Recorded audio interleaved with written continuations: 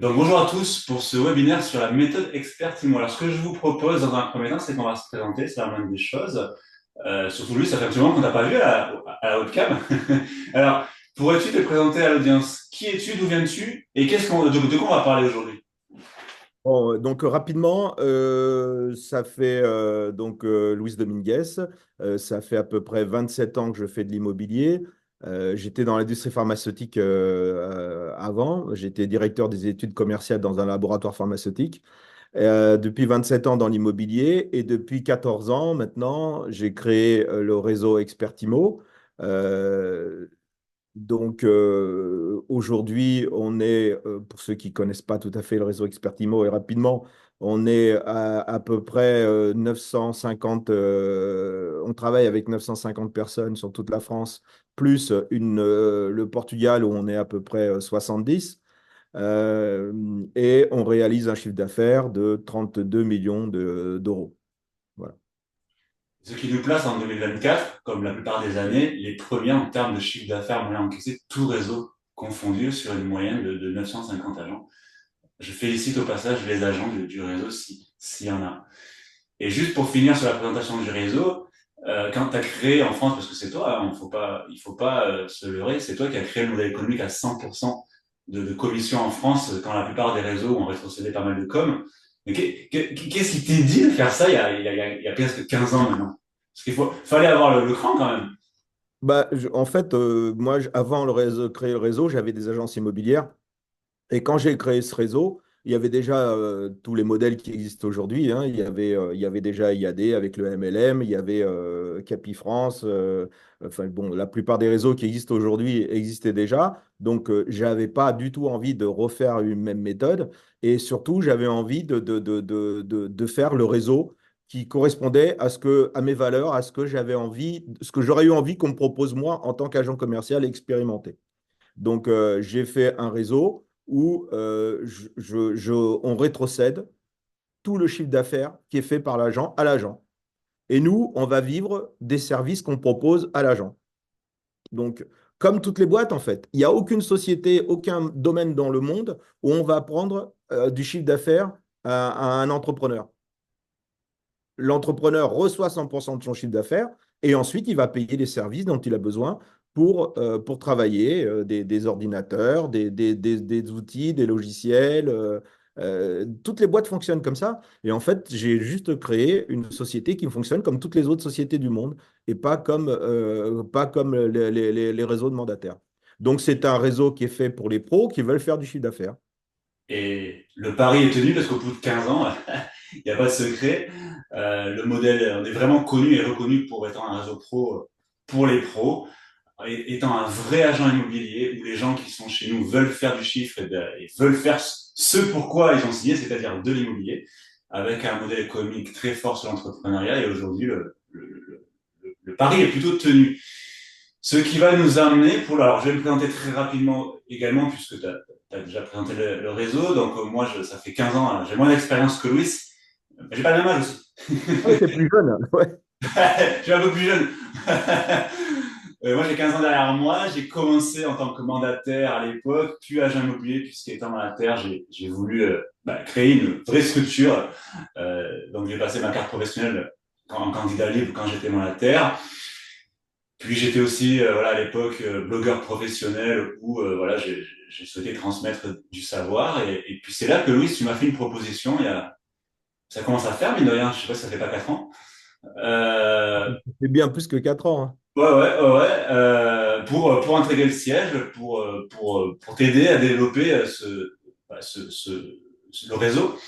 Et vu que moi, voilà, le réseau m'allait comme un gant puisque je me sentais chef d'entreprise et que vraiment, la promesse était tenue, j'ai voulu poursuivre l'aventure en faisant partie de l'autre côté du siège, pour le coup, pour inculquer ces valeurs entrepreneuriales dont tu as parlé et surtout faire en sorte que vraiment le réseau continue à se développer avec la plus grande qualité possible, puisque autant que faire se peut, notre plus grande ambition c'est qu'on essaye de réunir les meilleurs profits de l'immobilier en réalité. Allez, voilà, on ferme la petite parenthèse, ce qui nous amène à la méthode La méthode Expertimo. Alors, qu'est-ce que c'est, Louis, cette méthode Expertimo? Donc, assez rapidement, quand j'ai commencé dans l'immobilier, et notamment quand on a développé le réseau Expertimo, euh, on a vu arriver beaucoup d'agents de tous les réseaux et d'agences avec des niveaux de formation différents, des niveaux d'investissement différents, mais ils avaient à peu près tous la même base de formation qui était, pour la résumer, hein, pour aller vite, prendre des mandats au prix en exclusivité. Voilà. Donc, assez rapidement, je me suis rendu compte que ça marche très bien, cette base de formation marche très bien quand le marché est haut. Par contre, quand le marché stagne, voire baisse, euh, ça ne marche plus. Ça ne marche plus. Alors, pour faire une métaphore, pour que vous compreniez bien ce que je veux dire, je pense, ça me fait penser à l'image pour réussir dans l'immobilier, il faut traverser un lac à la nage. Et il y a des gens qui arrivent, qui nagent en nage indienne, d'autres qui font de la brasse, d'autres qui font du crawl plus ou moins bien, il y en a qui nagent super bien. Donc, quand il y a un courant qui nous mène jusqu'à l'autre rive, assez fort, ça va bien parce que tout le monde y arrive. Tout le monde va arriver à traverser le lac. Par contre, quand le courant est contraire, bah, ceux qui faisaient la nage indienne qui étaient arrivés un peu comme ça par hasard, ceux qui font de la brasse ou le crawl pas très bien, bah, ceux-là n'y arrivent plus. Donc, je vais vous partager mon écran pour vous donner des images encore plus claires. La bonne vieille méthode des 5 P. Alors, pour moi, c'est un bon moyen mémotechnique pour s'en rappeler, comme on dit. Voilà. Donc, l'idée, donc, c'est que, il y a des gens qui sont formés, plus ou moins bien, et lorsque le marché va bien, tout le monde s'en sort, tout le monde s'en tire bien. Et je vais vous expliquer pourquoi, quand le marché baisse, ça ne marche plus, cette méthode. Donc, lorsque le marché est ascendant, ici, vous avez une courbe avec le prix de mise en vente sur le marché d'un bien. Lorsque le prix proposé, le prix du mandat est un peu plus élevé ou à peu près au niveau du prix et que les prix montent, assez rapidement, le prix du mandat va rejoindre le prix du marché. Donc, ici, la vente se fait assez rapidement. Même si le bien est trop cher, même s'il n'est pas de qualité, de bonne qualité, la vente se fait. Alors, quelqu'un qui fait de la nage indienne ou de la brasse qui s'en sort à peu près correctement, avec le courant qui nous pousse, il arrive sur l'autre rive, il fait une vente et il a l'impression que ça y est, c'est un crack de l'immobilier, il sait vendre. J'ai vu beaucoup de gens arriver, notamment ces 5 dernières années, avec quelques ventes et qui se sentaient vraiment agents immobiliers. Mais lorsque le marché s'est retourné, bah, beaucoup ont arrêté. Beaucoup d'entre vous ont arrêté parce que cette méthode de prise, un mandat à peu près au prix ou même un petit peu au-dessus du prix, lorsque le prix du marché baisse, le prix proposé, le prix du mandat est trop élevé par rapport au prix du marché. Et on a du mal à rappeler le vendeur parce qu'on a déjà mis beaucoup de temps à négocier le prix. On a du mal à rappeler le vendeur et la plupart d'entre vous ne rappelez pas le vendeur parce que vous n'avez pas réussi à vendre le bien. C'est le gros défaut de cette méthode. Donc, je rappelle la méthode pour ceux qui viennent d'arriver. Prendre des mandats au prix en exclusivité, ça marche très bien quand le marché est ascendant. Ça ne marche plus quand le marché est descendant. Donc, l'idée qu'on a eue chez Expertimo, c'est de prendre l'expérience de nos agents et de fonder une nouvelle méthode qui est basée à la fois sur notre expérience et aussi sur l'expérience des autres réseaux, hein, des autres formateurs, des méthodes qui viennent des États-Unis, les premiers réseaux d'agents immobiliers. Donc, on a malaxé tout ça pour faire une méthode qu'on appelle donc la méthode Expertimo des 5 P. Les 5 P qui sont la présence, la proximité, le périmètre, la prospection et la publicité. Donc, on va voir ces 5 P un par un, qui sont chacun indépendants, mais qui sont indispensables ensemble pour arriver à faire notre objectif, qui est une minimum 3 ventes par mois.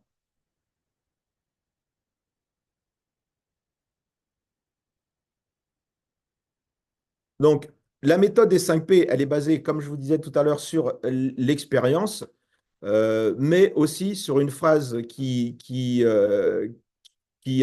m'a toujours guidé dans mon expérience professionnelle, dans le secteur de l'industrie pharmaceutique et dans l'immobilier, euh, qui est une phrase qui est en plus très ancienne, parce qu'elle est d'Aristote, qui dit: Nous sommes ce que nous faisons souvent, par conséquent, l'excellence n'est pas une action, mais une habitude.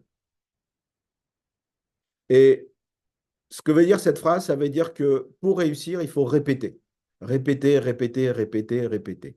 Et dans chacun des 5 P qu'on va voir, vous allez voir que la notion de la répétition, il faut refaire, refaire, refaire, refaire, est vraiment primordiale.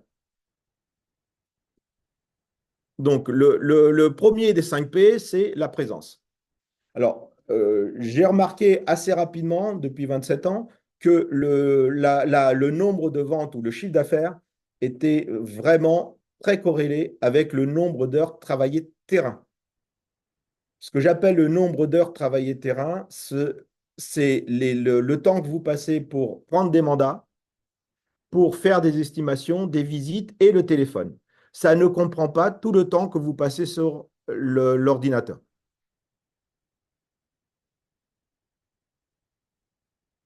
En fait, il y a une corrélation qui est très nette entre, donc ici, le nombre d'heures passées sur le terrain, donc une fois de plus, hein, il y a aussi le téléphone qui est inclus dedans, et le nombre de ventes ou le chiffre d'affaires que vous pouvez faire.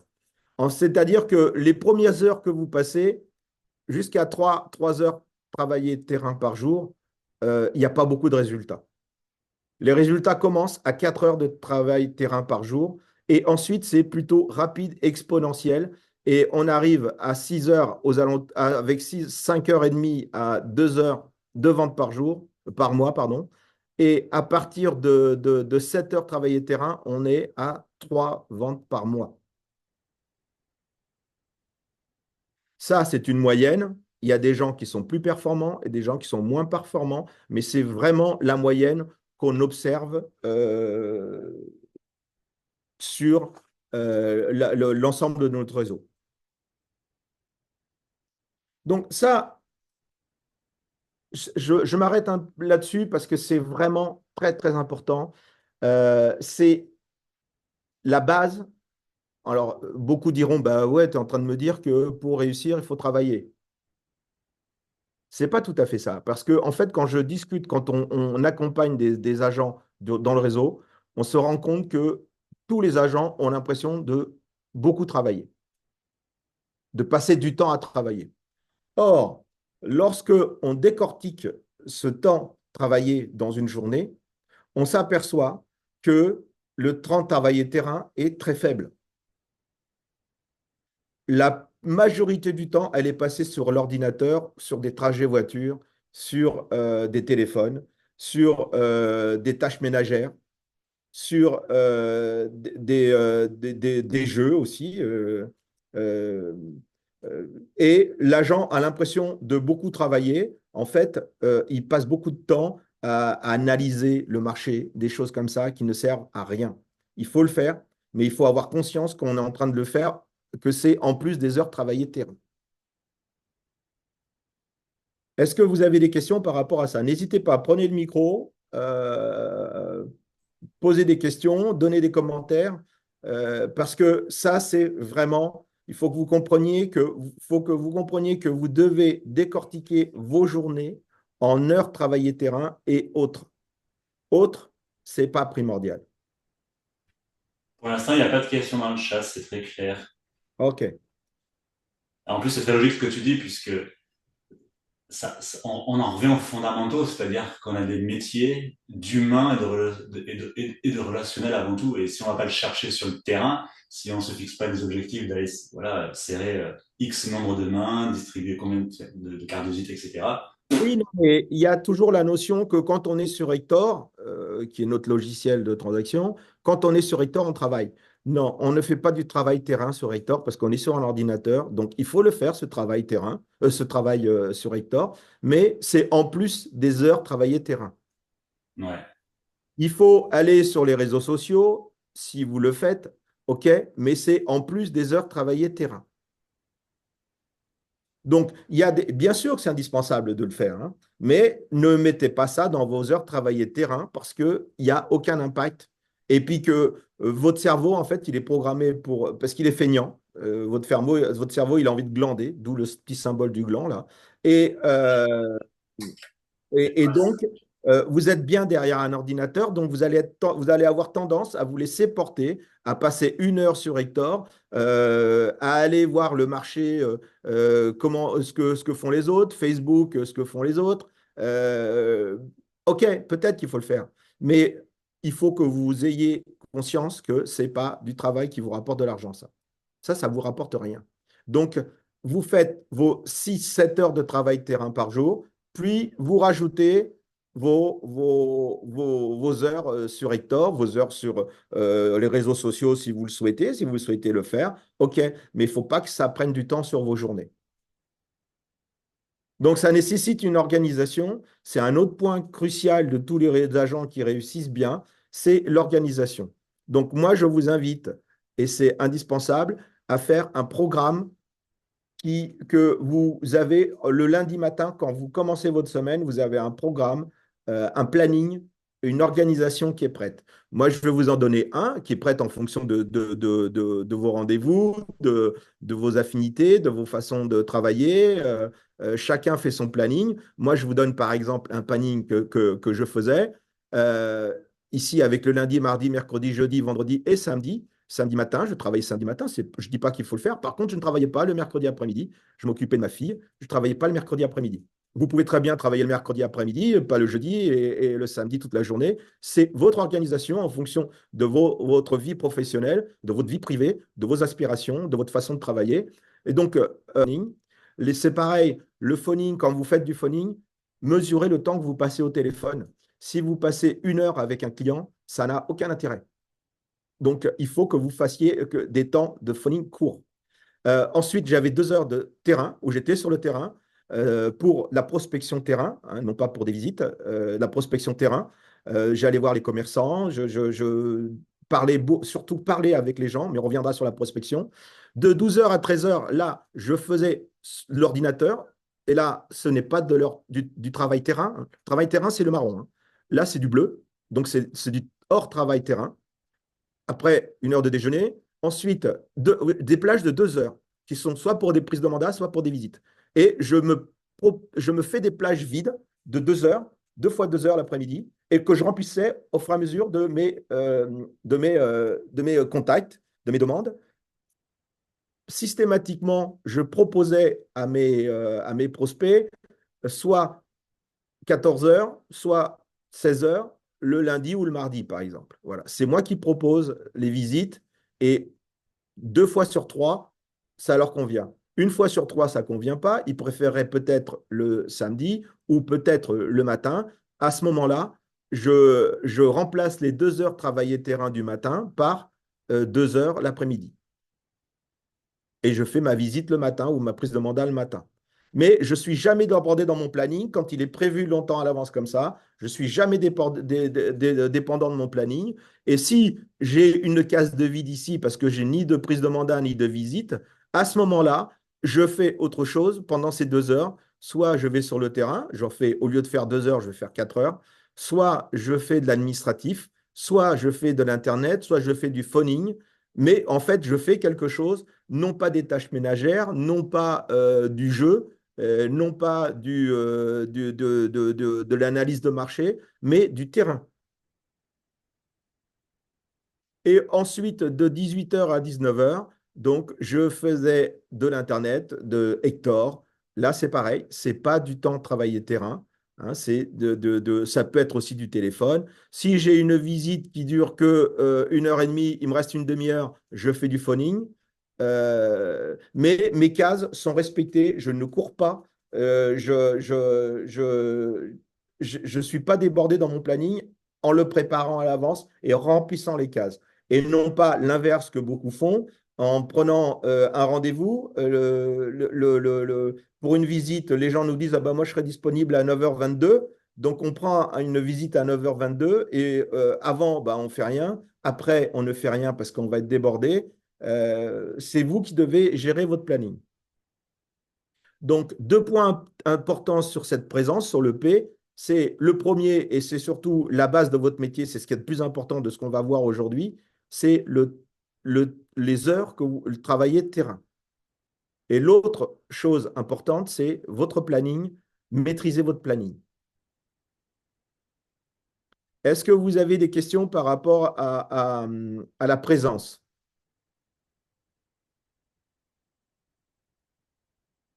Pas de questions? Bon, eh ben, écoutez, on continue sur le deuxième P, qui est le périmètre.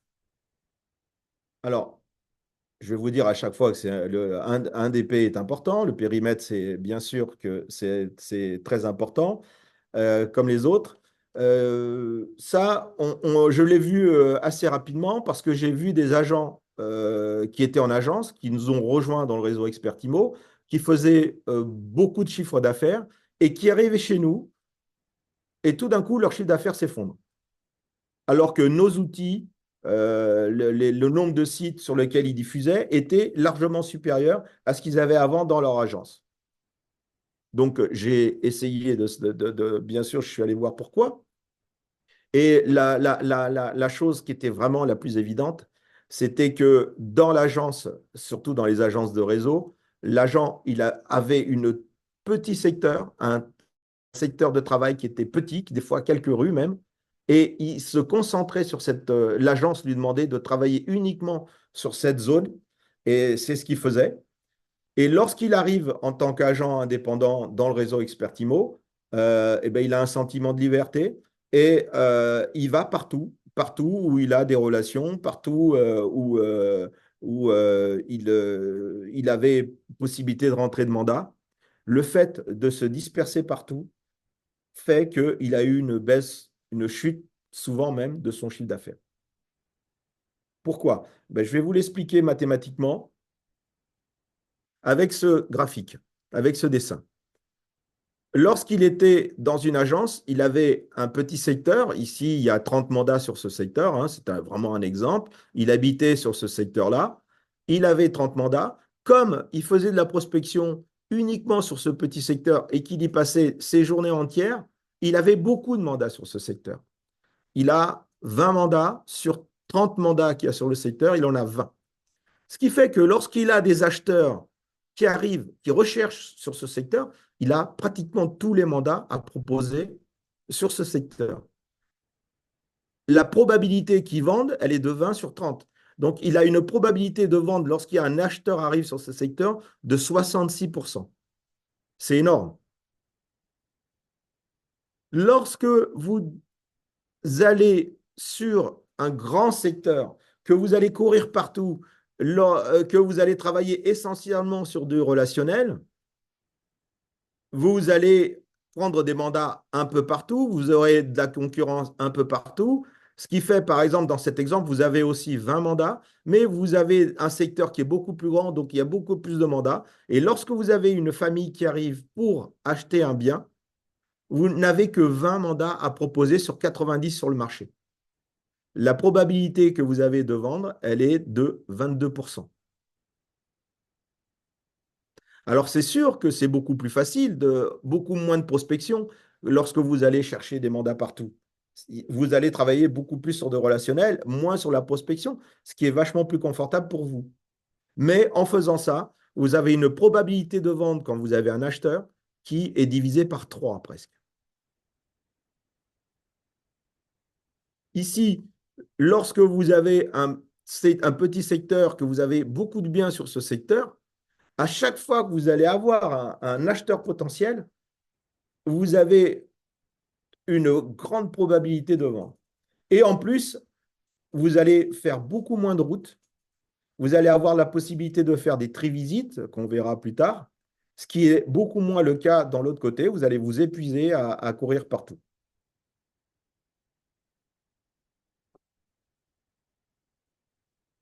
Dans ce secteur aussi que vous allez beaucoup mieux maîtriser, s'il est petit, vous allez aussi pouvoir faire des choses, des activités comme la location, la gestion locative qu'on vous propose, sachant que dans la location, on vous restitue 100% des honoraires, pareil que la vente. Une location, hein, ça fait à peu près deux fois le loyer, donc vous arrivez vite à 1000 euros. Il y a beaucoup de demandes. La gestion locative, on vous restitue 30% des honoraires de gestion locative à vie. Donc, ça peut cumuler assez vite et surtout, vous vous occupez de rien. C'est nous qui nous occupons de gérer. Vous, de votre côté, vous rentrez juste le mandat de gestion. Ensuite, vous ne faites plus rien. Les travaux, tout ça. Et si jamais il y a un changement de locataire, on vous repropose, bien sûr, de trouver des locataires et vous avez à nouveau les honoraires qui sont souvent entre 1000 et 2000 euros pour pour des honoraires de location. Voilà pour le périmètre. Donc, je sais que la grande majorité d'entre vous est sur la deuxième méthode, où vous prenez mandat en relationnel là, partout où vous pouvez. Vous faites des heures de route, surtout si vous êtes en campagne. Euh, ben, voilà, votre efficacité, elle est beaucoup moindre. Est-ce que vous avez des questions sur le périmètre? Ou des commentaires, hein, bien sûr. Il semblerait que ça soit très clair, comme nous dit Nathalie dans le chat. Bon, voilà. Donc, bon, bah, parfait. Donc, on va continuer. Le troisième P, qui est le P de proximité.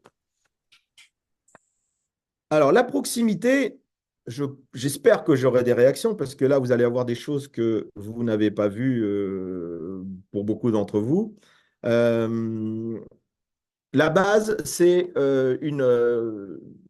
la base de la proximité est une expérience que j'ai eue très rapidement quand je suis arrivé dans l'immobilier. J'habitais dans un petit village, j'ai acheté une agence immobilière dans un petit village dans le Vaucluse.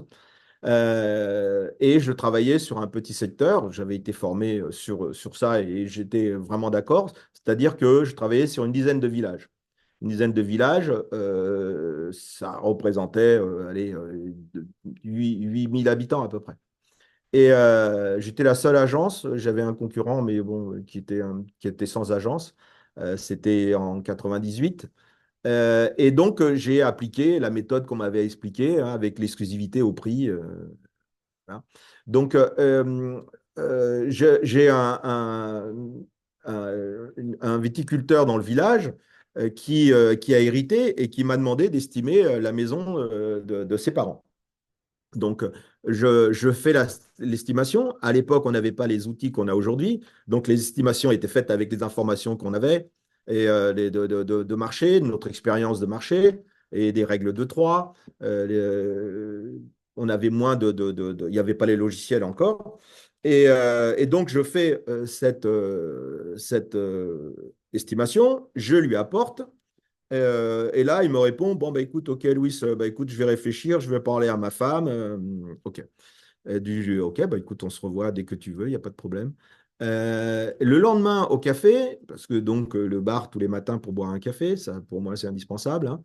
Le lendemain, au café, il y a la personne du café qui me dit, mais Louis, qu'est-ce que tu as fait à Michel? Il dit partout que tu es un voleur. Donc, je me dis, voilà, donc je fais une estimation qui était vraiment une estimation qui était tout à fait correcte, hein. Et le viticulteur qui est là depuis des générations, qui connaît tout le monde sur le secteur, dit partout que bah, je ne suis pas compétent, en gros, et même voire même que je le vole. Donc je me dis, mais il y a un truc qui est vraiment, qu'est-ce qui ne va pas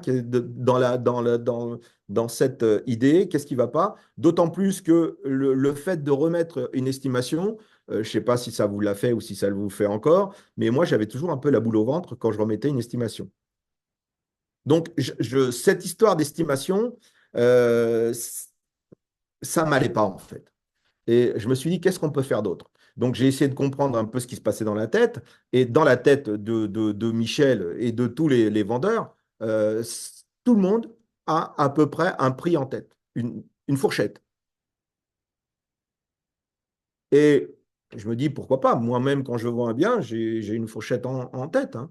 Et quand il y a un agent immobilier qui arrive en me disant, bah non, monsieur, je suis pas d'accord, moi je pense que ça vaut tant, bah, je suis pas très content. Et je me dis, mais pourquoi on partirait pas du prix qu'il a en tête? Et je vais suivre, donc la proximité, de très près ce vendeur pour travailler avec lui sur ce prix. Et c'est ce que j'ai fait et ça a changé ma vie. Ça a changé ma vie parce que j'ai plus de boule au ventre. Ça a changé ma vie parce que j'ai plus eu l'impression d'argumenter, d'être en opposition avec mes vendeurs. J'ai eu la sensation que je les accompagnais vraiment. Eux, ils avaient la sensation que je les comprenais. Et moi, j'avais l'impression de les accompagner et non plus être tout le temps en argumentation face à eux. Ça a changé ma vie. Donc, cette proximité avec le vendeur est rentrée complètement dans la méthode Expertimo et ça a changé la vie de beaucoup d'agents. Ceux qui ont compris que dans l'immobilier, on est là pour accompagner les gens et non pas pour avoir la vie facile, surtout quand le marché monte, en prenant un prix, en prenant un prix bas et en vendant tout de suite. Le travail d'agent immobilier, c'est d'accompagner nos vendeurs. Donc, pour vous exprimer ça, j'ai fait un graphique. Voilà, le graphique du vendeur. En fait, pour moi, ce que j'ai compris, c'est que ce qui est important pour moi, ce n'est pas le prix de départ. Ici, vous avez le prix et ici, vous avez le temps. Ce qui est important pour moi, c'est le délai que le vendeur a pour vendre. Le vendeur, s'il vend, c'est qu'il a un problème. Un problème, ça peut être positif, hein. Ça peut être un héritage, c'est un problème. Il doit vendre parce qu'il n'a plus d'argent, c'est un problème. Mais dans tous les cas, il a un délai. Il a un délai pour vendre. Moi, qu'est-ce qui m'importe d'être beaucoup plus élevé que le prix du marché, entre guillemets, parce que le prix du marché, on ne le connaît jamais, hein. Personne, je fais une petite parenthèse sur le prix du marché, parce que j'entends souvent les gens dire le prix du marché. Le prix du marché, vous ne le connaissez pas, personne ne le connaît. Le prix du marché du pétrole, on le connaît, du cacao, on le connaît. Le prix du marché d'un appartement dans votre village, dans votre ville, vous ne le connaissez pas, parce qu'il change toutes les 10 minutes, lorsqu'il y a un bien qui se vend, un bien qui est mis sur le marché, un prix qui baisse, votre prix du marché baisse ou augmente toutes les 10 minutes. On ne le connaît pas. On a une fourchette, peut-être, on a une fourchette. Mais on a le prix du marché, personne ne le connaît. Si dans votre rue, vous avez tout d'un coup 5 appartements qui se vendent, qui se mettent en vente, votre prix du marché, il baisse. Même si on n'en a pas conscience, il baisse.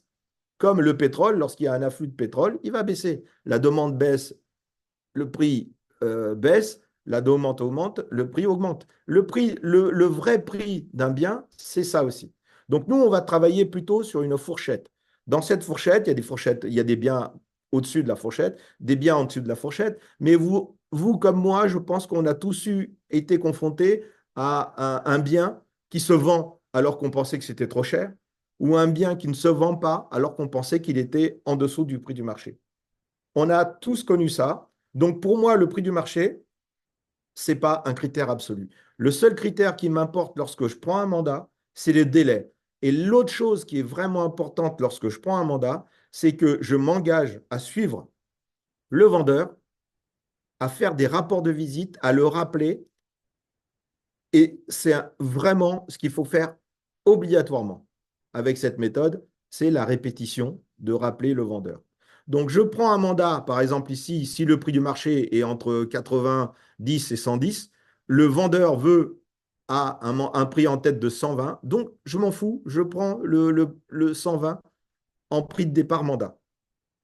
Et je le mets sur le marché, je fais des rapports de visite parce que je vais utiliser ce bien pour faire de la trivisite, pour mettre en valeur des biens qui sont au prix. Donc, je vais faire des rapports de visite en disant, voilà, ben, j'ai fait visiter votre bien, le visiteur a bien aimé, par contre, il le trouve trop cher. Qu'est-ce qu'on fait? Ici, j'ai pas d'appel, ça aussi.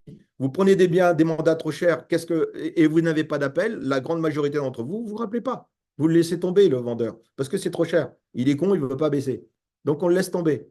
Là, on n'a pas d'appel, on n'a pas de problème à le rappeler en disant, voilà, tu as fixé 120, on est parti sur 120, je t'ai dit, on fait des points, je te rappelle, j'ai pas d'appel. Qu'est-ce qu'on fait? On continue sur 120? Moi, ce qui me ferait plaisir, c'est que tu le vendes à 120. Mais aujourd'hui, je n'ai pas d'appel. Donc, on part sur 120 ou on baisse le prix. Il continue, ça ne se vend pas, je n'ai pas d'appel. Je ne suis pas du tout mal par rapport à cette position parce que c'est lui qui a pris le prix. Et ainsi de suite, rappel jusqu'à ce que son délai se rapproche. Et lorsque son délai se rapproche, il est obligé de vendre. À ce moment-là, il va baisser son prix. Sauf si les prix ont monté entre-temps, bien sûr. À ce moment-là, le bien est sur le prix du marché. Mais là, on suppose que les prix stagnent. Donc, il va baisser son prix. Et c'est là, ici, à ce moment-là où il va baisser son prix, où je vais pouvoir négocier une exclusivité parce que j'étais le seul agent à le suivre, à m'être engagé à le suivre et à vraiment le suivre régulièrement, à faire des points avec lui. Donc là, je négocie une exclusivité quand il y a une baisse de prix. Est-ce que ça, c'est un autre point qui est très, très important pour moi, parce que ce point-là, vous allez pouvoir, ça marche aussi bien lorsque le marché est ascendant que lorsque le marché est descendant. Que les prix montent ou baissent, que le marché, il y ait beaucoup d'acheteurs ou pas, cette méthode-là fonctionne super bien. Ce qui n'est pas le cas de la méthode du bien au prix en exclusivité, qui est utilisée par pratiquement tout le monde. Est-ce que c'est clair ou est-ce que vous voulez que je reprenne des explications sur la prise de mandat Je au te donne une prix du seconde. vendeur? Oui, oui, vas-y, vas-y. Est-ce que tu as vu les questions dans le chat, Louise, ou pas? Non, je Louise? ne peux pas regarder là. On Vas-y, est bien pose. obligé de rendre notre avis à un moment. Comment faire entendre au vendeur qu'on ne sait pas lui donner par rapport aux confrères qui se prononcent? Ah, mais si, on sait. Non. Alors, l'idée, c'est on dit à notre vendeur, on va résumer parce que là, on ne va pas rentrer dans les détails, mais on dit à notre vendeur, voilà, vous avez bien un prix en tête. Si vous avez un prix en tête, on part sur le prix que vous avez en tête. Si vous n'avez vraiment pas de prix en tête, ou si vous voulez vraiment une estimation, on fait l'estimation, hein. On n'est pas bloqué non plus. On est d'accord? Voilà. Moi, je me retrouve face à je me retrouve avec un client vendeur qui me dit, ouais, mais moi, la telle agence, elle m'a donné tel prix, tel prix. Je lui fais, mais attendez, c'est votre bien, vous faites ce que vous voulez. Moi, je vous propose de partir au prix que vous avez en tête, sachant que peut-être que le prix du marché, c'est ce que les agences vous ont donné. Je n'ai pas dit qu'ils avaient faux. Je dis juste qu'on va mettre en place une stratégie avec, avec un prix qui est un prix de départ sur lequel on va travailler. Je vais m'engager à vous apporter des visites parce qu'avec la Trivisite, on fait des visites. Si on travaille sur un petit périmètre, on fait des visites, ce qui n'est pas le cas si vous partez dans tous les sens. Ça, vous ne pouvez pas, vous pouvez pas vous engager là-dessus. Si vous avez un petit périmètre qu'on a vu tout à l'heure, vous êtes sûr de faire des visites. Donc, moi, le deal avec ce vendeur, c'est de dire le prix du marché, oui, probablement qu'il est en dessous de ce que vous recherchez, ce que vous demandez. Je vous propose de partir sur le prix que vous voulez, de faire un point. Dans 15 jours, on fait un point ensemble. Et les visites qu'il y a eu, l'expérience que vous avez de votre marché et les informations que je vais vous donner, vous déciderez. C'est vous qui décidez.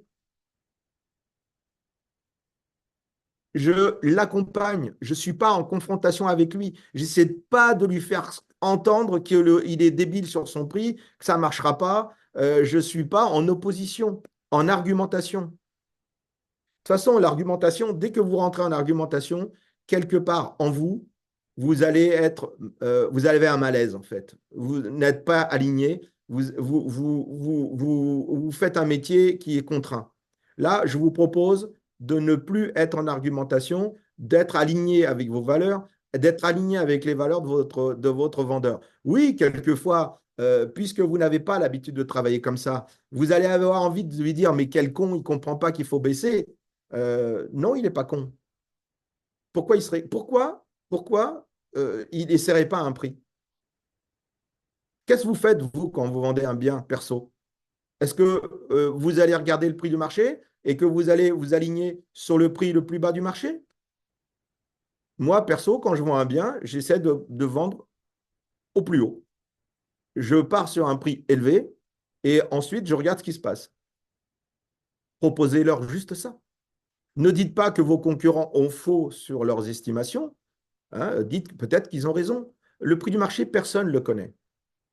Ils ont été sur un logiciel qui va amalgamer des infos, des infos sur des secteurs, sur des biens qui correspondent parfois, qui ne correspondent pas.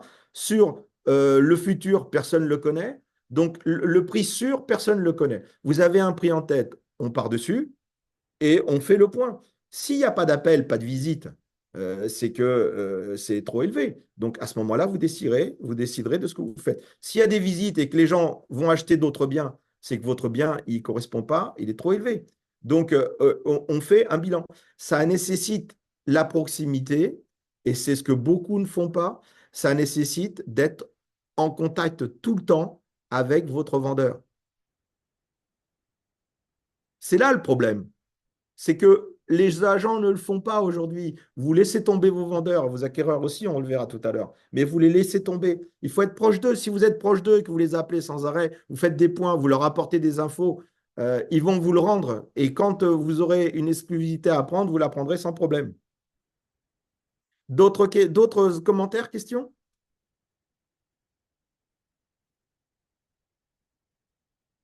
Jonathan, non, tu as regardé Il y a Nathalie qui, à 9h42, qui disait, mais entre-temps, on aura pris une autre agence et il dira que c'est notre faute. Alors peut-être qu'il te faudrait un peu plus de détails sur ce commentaire, non? Oui, oui, parce que je crois que Nathalie, tu n'as pas bien compris. Ouais.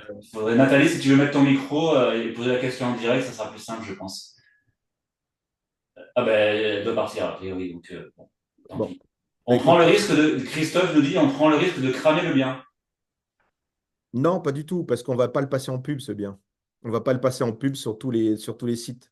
Ça, c'est pareil, on va le voir sur la publicité. C'est quand vous avez dans toutes les autres sociétés, dans le monde entier, dans tous les secteurs, il n'y a personne qui passe tous ses biens en pub. Personne. Dans l'immobilier, ben, on met tout et on passe tout. Le bon, le mauvais. Non, la pub, c'est fait pour attirer des acheteurs.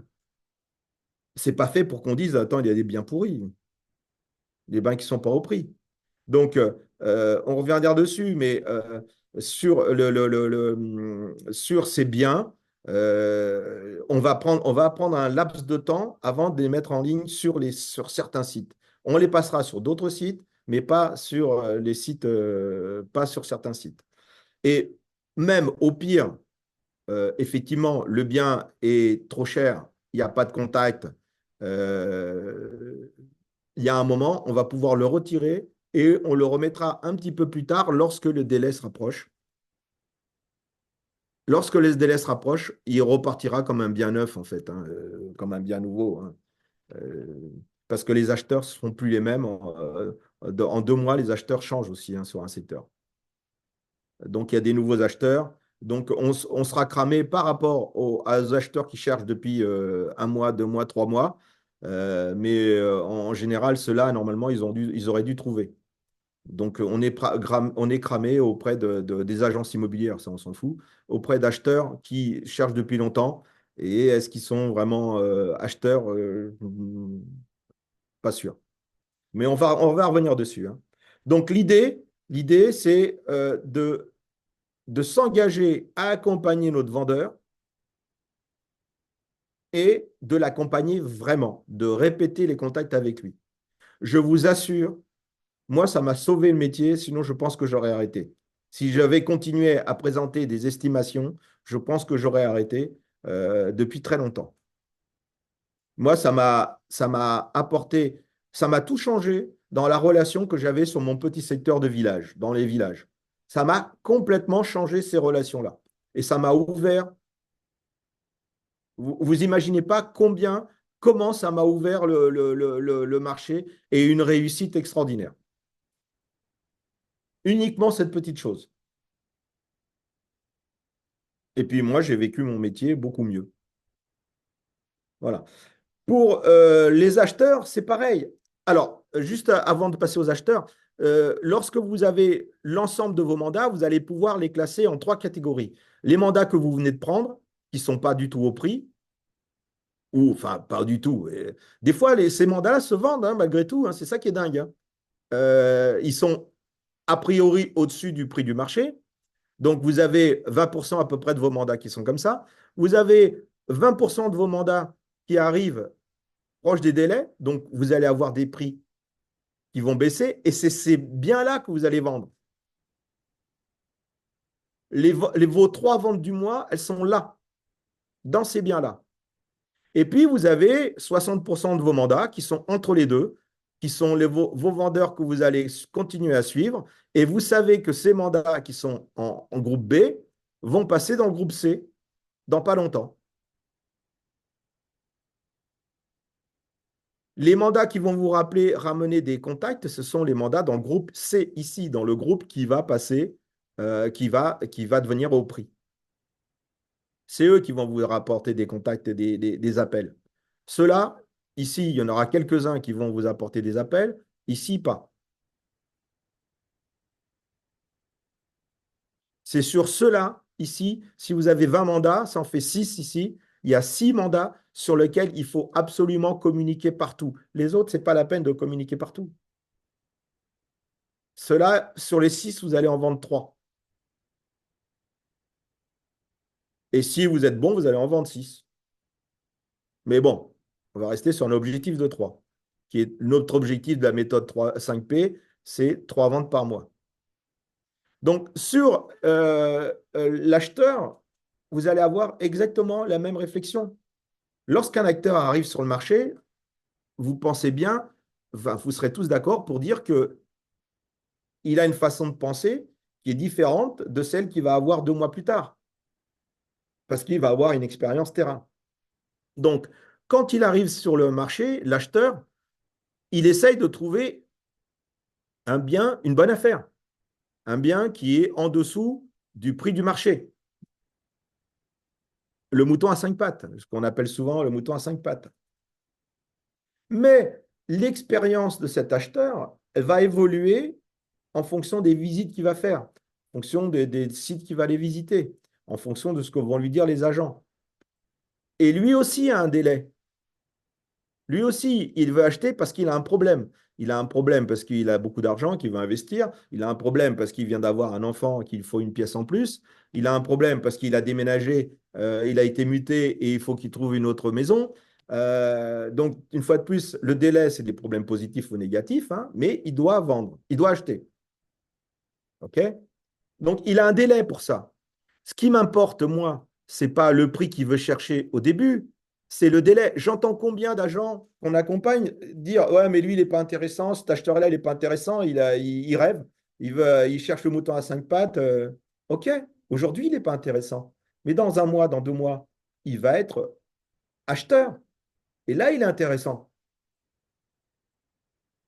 Donc, la proximité avec mon acquéreur, ben, c'est pareil, c'est de répéter les contacts avec lui, de le suivre pour savoir où il en est dans sa courbe. Et lorsque son délai se rapproche, il a 2 solutions. Soit il augmente son budget pour acheter le bien à 100 qu'il avait en tête, soit il garde son budget de 80, mais il va aller sur un autre bien, un bien qui vaut 80. Et l'erreur que beaucoup font, c'est de ne pas savoir à quel moment ils en sont de leur recherche, de votre acheteur, à quel moment il en est dans sa recherche. Est-ce qu'il est encore dans la phase du mouton à 5 pattes, la bonne affaire, Ou est-ce qu'il est dans la phase où il doit acheter? Et ça, c'est une qualification que vous devez faire, que vous devez avoir pour vos acquéreurs. Et on l'a par la proximité, par le contact avec votre acquéreur. Alors, je sais que c'est facile lorsqu'on n'a pas beaucoup d'acquéreurs. C'est beaucoup plus difficile lorsqu'il y a beaucoup d'acquéreurs. Eh ben, il faut le faire quand même. Vous allez avoir trois groupes d'acquéreurs, ceux qui viennent d'arriver sur le marché, qui cherchent le mouton à cinq pattes, ceux qui doivent acheter, parce que leur problème, leur délai, ils se rapprochent, et la grande majorité qui sont entre les deux, qui sont en devenir des acheteurs potentiels. Il faut que vous sachiez pour chaque acheteur où il en est dans sa phase de recherche.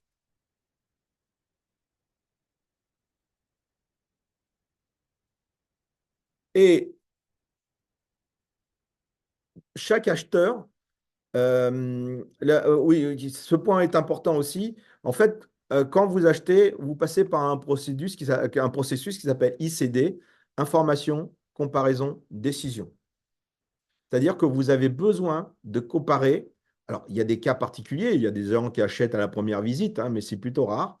Vous avez besoin de comparer, de voir des choses, de comparer. Et très souvent, vous allez lorsqu'on fait une visite, l'acheteur, il va plutôt voir les choses négatives, il va plutôt retenir des choses négatives que les choses positives.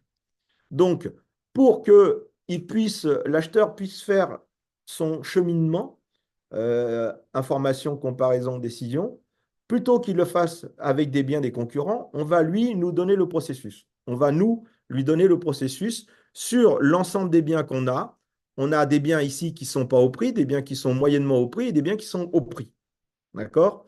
Donc, on va lui faire le processus de comparaison avec nos biens. C'est-à-dire qu'on va lui présenter, on va lui faire trois visites, c'est la trévisite. Alors ça ne vient pas de chez nous, hein, je crois que c'est Saint-Venturi 21 qui a inventé ça il y a très longtemps aux États-Unis. Donc, on va lui proposer un bien ici dans les biens qui ne sont pas au prix, un bien qui correspond, sur le secteur qui correspond, hein, bien sûr. Ensuite, on lui propose notre bien qui est un bien au prix qui va se vendre dans le mois. Et ensuite, pour conforter son choix de ce deuxième bien, on va lui présenter un bien qui est moyennement au prix et qui est à peu près équivalent. Donc, le premier bien, il va pouvoir faire ressortir tous les côtés négatifs. Quelque part dans sa tête, il va même inconsciemment se dire, mais c'est pas possible, je ne trouverai jamais le bien que je cherche. Et lorsqu'il va arriver sur le deuxième bien, qui va être à un prix beaucoup plus intéressant, il doit se dire, ah bah finalement, il est bien. Par rapport à l'autre, il est vraiment très bien. Et là, il conforte sa décision avec le troisième bien, qui est à peu près l'équivalent du deuxième, mais un peu plus cher. Et donc, ça le conforte dans son choix et il voit beaucoup moins les côtés positifs. Bon, là, on fait vite dans cette histoire de trivisite, mais c'est ça le principe. Et ça, vous ne pouvez le faire que si vous avez un petit secteur. Parce que sinon, vous allez passer des heures avec votre acquéreur et il va dire, bon, là, c'est pour me montrer des choses qui ne sont pas intéressantes, je ne vois pas l'intérêt.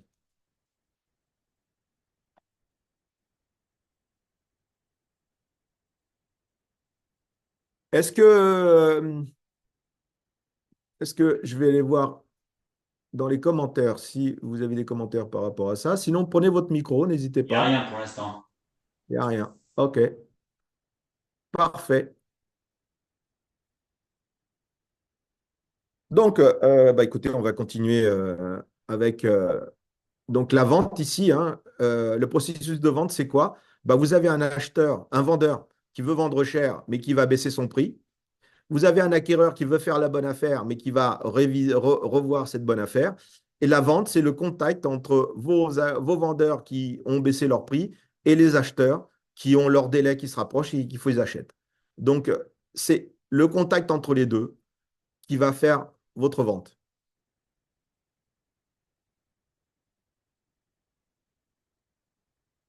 Ensuite, nous allons passer à la prospection.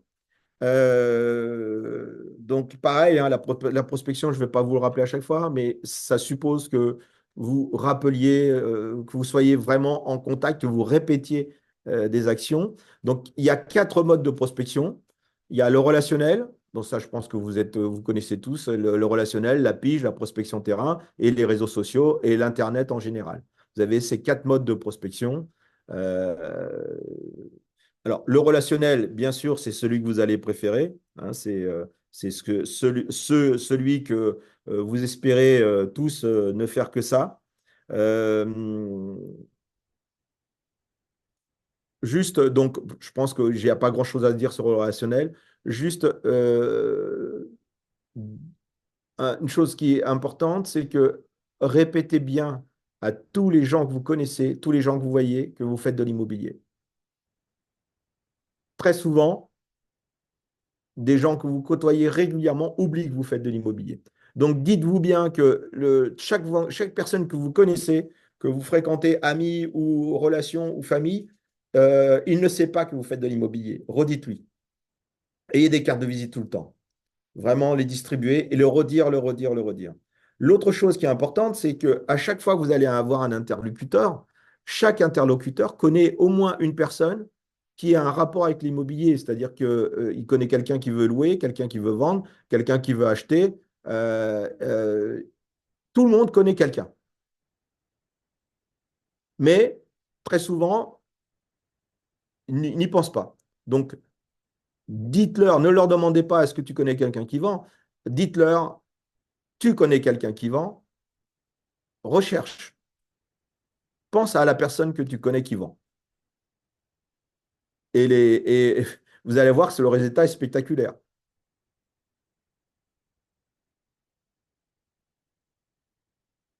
Et puis, le relationnel aussi, échanger beaucoup avec vos confrères dans les associations, les BNI.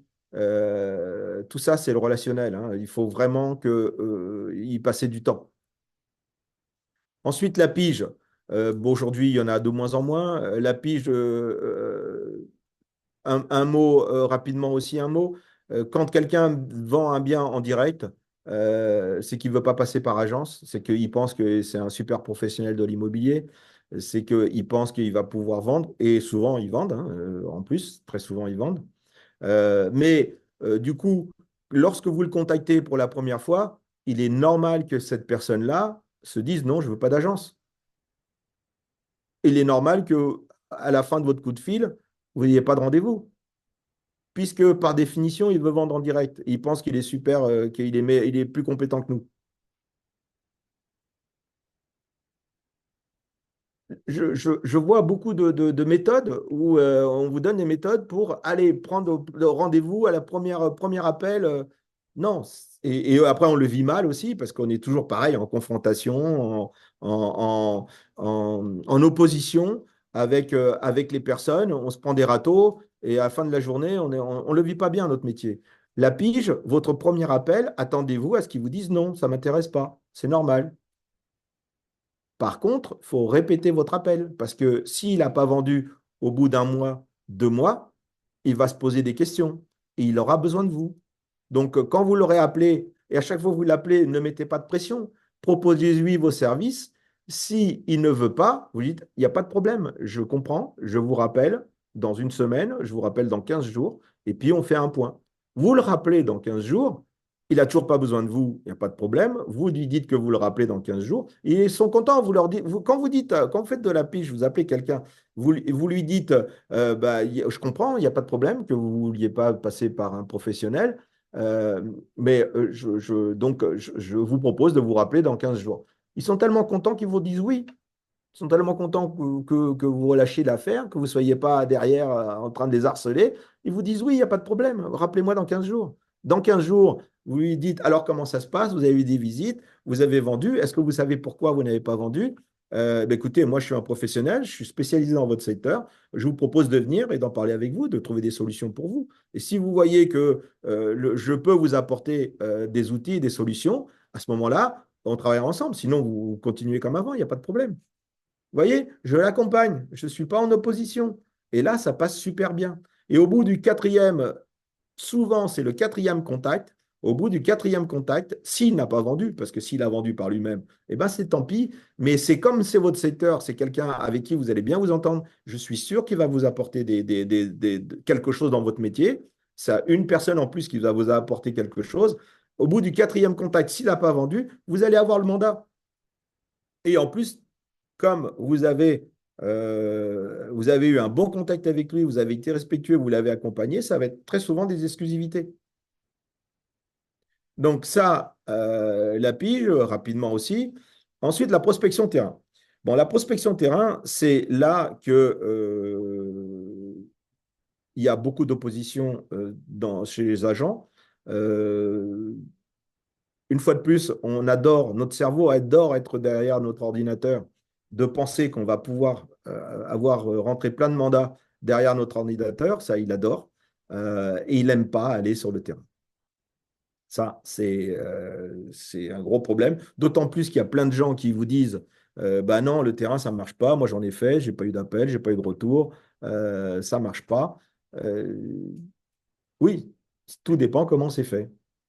La prospection terrain, une fois de plus, comme disait Aristote, la prospection terrain, ça marche quand on répète, quand on le fait souvent. Sinon, ça ne marche pas. Si c'est pour faire une fois par an, distribuer des flyers une fois par an, ne le faites pas, restez chez vous. Si vous mettez en place une vraie stratégie de prospection terrain, c'est tous les jours. Tous les jours, il faut aller sur le terrain. Il y a beaucoup d'actions à faire. Il n'y a pas que il y a pas que le boitage, hein. Il y a beaucoup de choses à faire. C'est parler aux gens. Quand vous croisez quelqu'un, vous lui parlez. Vous lui donnez une carte de visite, un prospectus. Mais quand vous croisez quelqu'un, alors il y a un truc aussi, hein, on demande est-ce que vous connaissez quelqu'un qui vend dans le quartier, dans la rue? Il ne faut pas poser cette question-là. Il faut lui dire euh, on m'a dit qu'il y avait quelqu'un qui vendait dans cette rue. J'arrive pas à trouver qui c'est. Est-ce que vous savez qui c'est? C'est pas du tout la même chose que est-ce que vous savez, est-ce que vous connaissez quelqu'un qui vend? Si il connaît quelqu'un qui vend, il ne va pas chercher. C'est comme vos amis. Ils connaissent quelqu'un, mais ils ne cherchent pas, il ne fait pas le lien, il ne cherche pas. Si vous lui demandez, vous lui dites quelqu'un vend, qui c'est? Il va chercher. Parce que les gens sont adorables, hein. La plupart des gens que vous allez croiser dans la rue sont adorables. Ils vont vous aider, ils vont vouloir vous aider. Vous avez des gens dans les jardins en train de bricoler. Quand vous faites de la vraie prospection terrain, vous allez avoir qu'au bout de 2 mois, 3 mois, vous allez avoir des cafés. Ils vont vous proposer des cafés. Et les gens sont adorables, en fait. Si vous êtes adorable avec eux, ils sont adorables.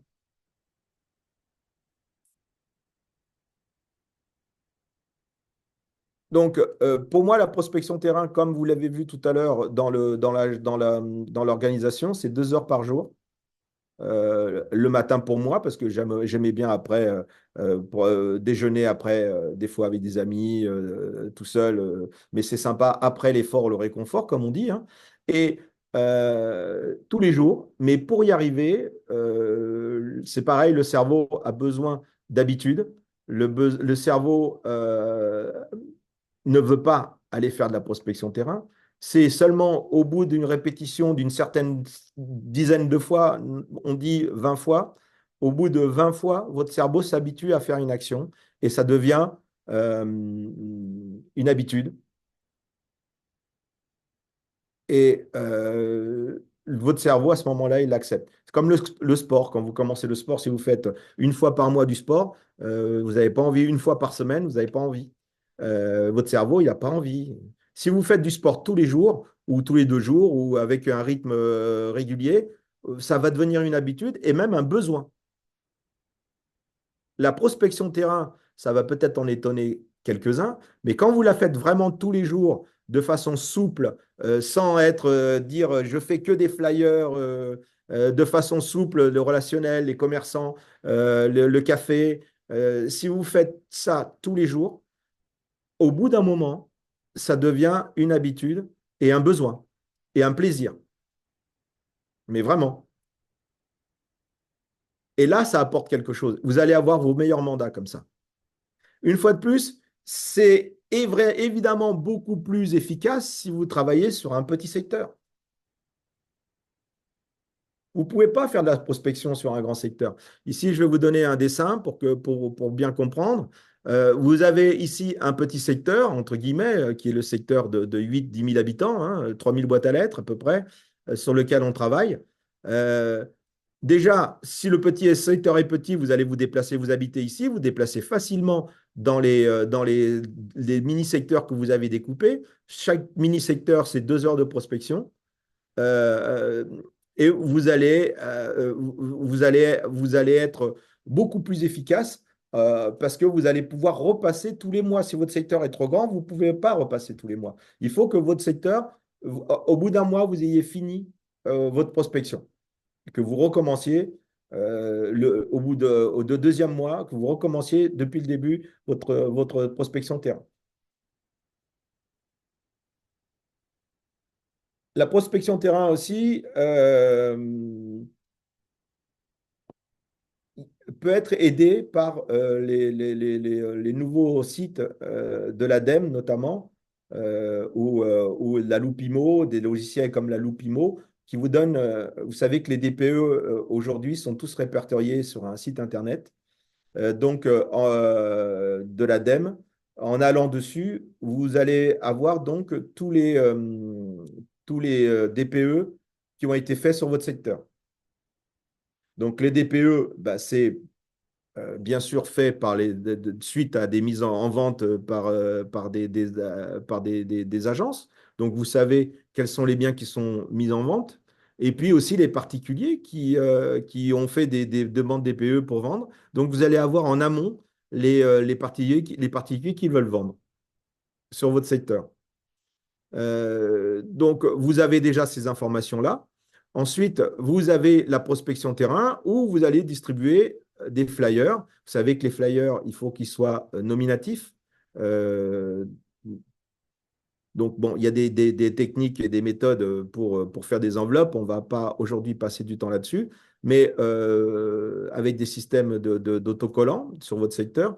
Donc, vous pouvez faire de la prospection boîte à lettres, mais surtout, vous allez parler aux gens dans la rue, dans les commerces, dans les cafés, les restaurants. Euh, c'est là que se passe les meilleurs mandats viennent de là. Et puis surtout, les mandats que vous aurez seront les mandats qui sont sur votre périmètre et non pas le relationnel où vous allez avoir des biens qui sont partout.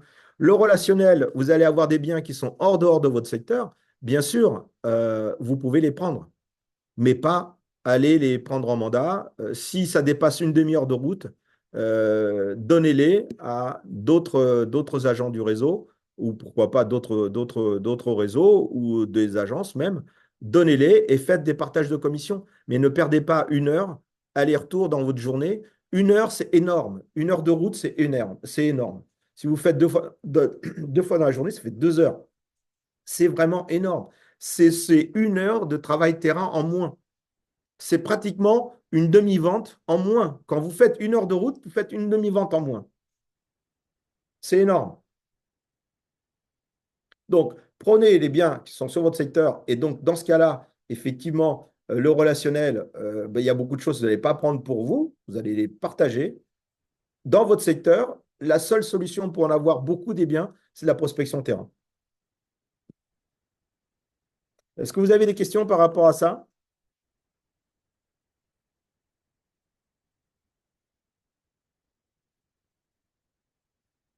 J'ai vu qu'il y avait une question. Non, OK. Ensuite, le quatrième canal pour la prospection, bah, c'est les réseaux sociaux, hein. Euh, oui, effectivement, c'est efficace si vous avez une bonne cible, si vous avez des bonnes communications. Donc, dans le réseau Expertimo, on peut faire le travail à votre place au niveau de la communication, hein. Ici, vous donnez des informations, mais le danger, le gros danger, c'est le temps. Le temps que vous allez passer sur les réseaux sociaux. C'est très chronophage, on ne se rend pas compte. Notre cerveau, en plus, il est bien, il est derrière l'ordinateur, il est heureux. Donc, ce temps, c'est vraiment le danger de l'agent immobilier.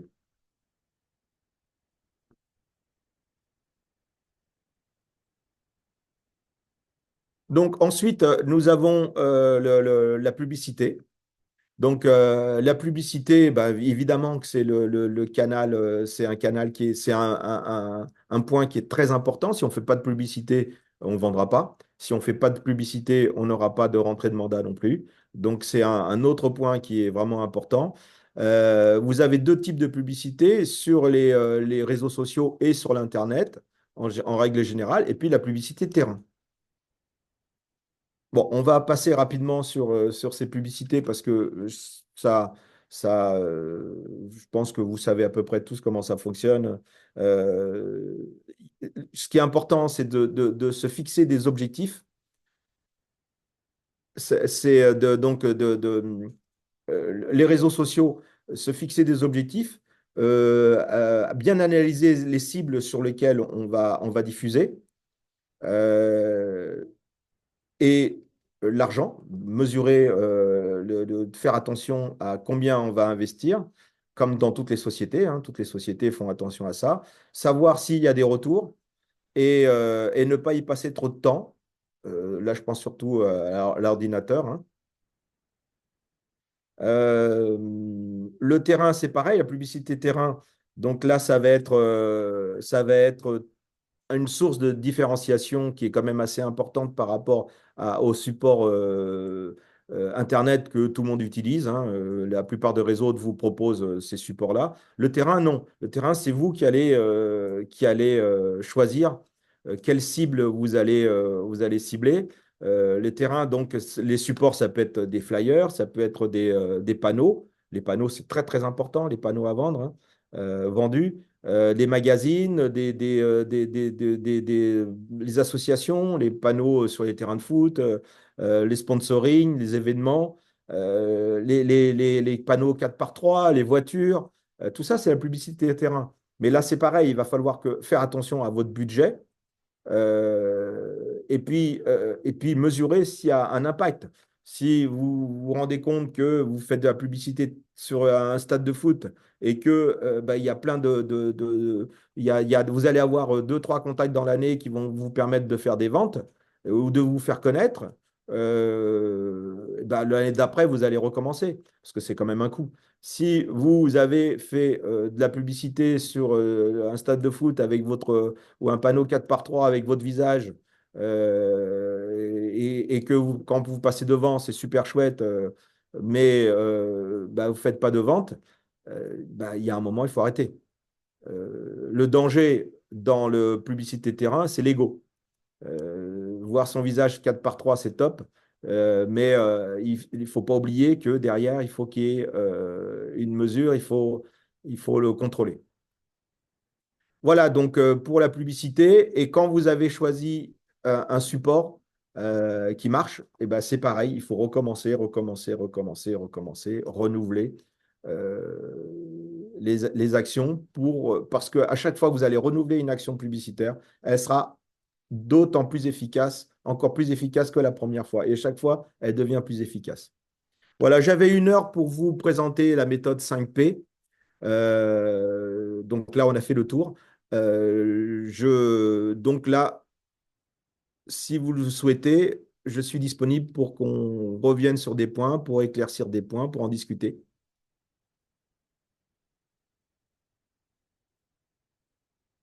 Est-ce que vous avez des questions, des commentaires, est-ce que vous voulez qu'on en parle? Ah, si, il y a une question là. Et si on veut faire des biens de prestige? OK. Effectivement, c'est une bonne question. On n'a pas abordé le sujet. Les biens de prestige, c'est exactement la même logique. Vous allez avoir un périmètre, mais le périmètre va être beaucoup plus grand, effectivement. Vous allez travailler sur un périmètre beaucoup plus grand. Vous allez faire de la route. Alors, attention au périmètre. Le danger, il est là. Il faut faire de la route, mais il ne faut pas non plus faire 5 heures de route, aller 5 heures de route retour pour aller visiter un bien. Là, le périmètre, il est beaucoup trop grand. Il faut quand même rester sur des périmètres qui vous permettent de faire votre boulot de prospection, des visites. Il faut que vous sentiez la taille qui vous permettra d'exercer euh, correctement.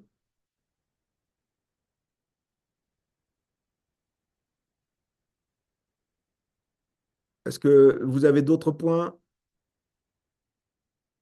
Donc aujourd'hui, vraiment, on n'est pas là pour rentrer dans les détails, hein. Je reste très global dans la méthode. Normalement, c'est une méthode qui prend 2 jours, hein. Quand on rentre dans les détails, c'est 2 jours. Euh,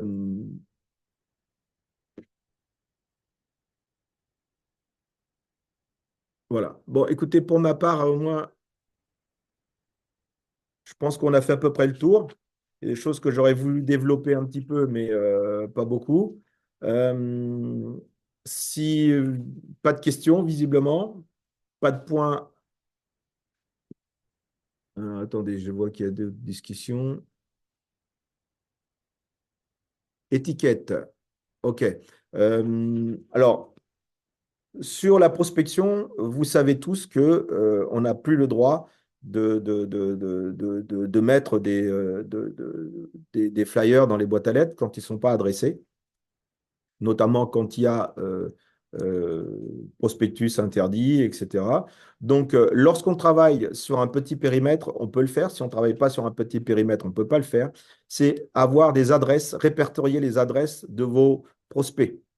Faire un fichier, ça prend du temps et ça ne rentre pas dans vos heures de prospection terrain. Faire un fichier avec toutes les boîtes à lettres sur lesquelles vous allez passer et repasser et repasser. Vous n'êtes pas obligé de faire tout le secteur, tout le périmètre, mais faire vos secteurs là où vous êtes les plus concentrés, où on vous voit le plus, où vous avez le plus de panneaux. Donc là, vous faites un fichier et vous faites des étiquettes autocollantes. Ces étiquettes autocollantes, vous les collez, quand vous faites faire vos flyers, vous les collez, vous laissez un espace blanc pour mettre vos étiquettes et vous mettez ça dans les boîtes à lettres. Là, vous êtes tout à fait dans votre droit. On ne peut pas vous reprocher de faire de la prospection, de mettre des flyers. Les flyers, c'est pareil, hein. Quand vous faites de la prospection terrain, il faut que vos flyers soient différents tout le temps. Il faut faire une dizaine de flyers dans l'année avec un sujet différent à chaque fois. Ça peut être un calendrier pour maintenant, là, au début d'année, ou fin d'année plutôt.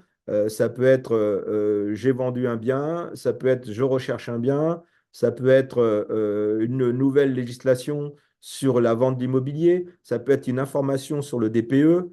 Euh, Enfin, l'idée, c'est que votre flyer apporte quelque chose, apporte une information, en plus de dire que vous êtes l'agent immobilier de référence sur ce secteur, ça apporte quelque chose à votre interlocuteur. Un prospectus, alors pourquoi ça marche le prospectus? Pour éclaircir, beaucoup me disent que ça ne marche pas. Le prospectus, ça marche quand il y a répétition.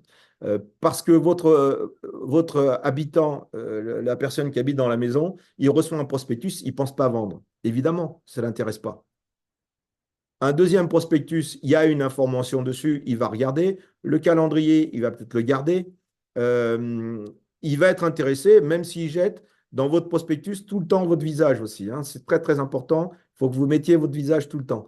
Votre prospectus, il va en recevoir deux, trois, avec des choses qui l'intéressent, des choses qui l'intéressent moins. Il va le jeter. Et puis, dans 6 mois, dans un an et demi, il a besoin de vendre. Il a besoin d'acheter. Évidemment qu'il va passer à vous. Si vous le faites une fois et un prospectus, il va à la poubelle, il ne pensera pas à vous, c'est évident. Si vous le faites 10 fois, il pensera à vous. C'est pour ça que c'est la répétition qui marche. Alors, je vois qu'il y a une Paula Nunes. Eh ben Paula, je pense que tu dois être d'origine portugaise, ou même peut-être portugaise. Sache qu'on a un réseau au Portugal, hein, donc ça nous permet aussi de travailler avec, de présenter des Français au Portugal qui achètent là-bas, ou des Portugais qui habitent en France qui veulent vendre leurs biens, qui sont retournés au Portugal, qui veulent vendre leurs biens en France aussi. On a des relations entre les deux réseaux qui se font assez régulièrement.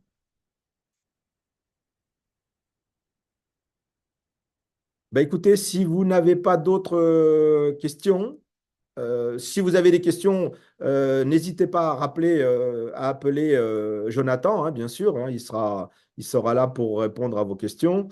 S'il faut, ben, moi je suis disponible aussi, n'hésitez pas. Et je vous souhaite à tous et à toutes une bonne journée avec plein de belles choses, beaucoup de prospection et de répétition. À bientôt, merci.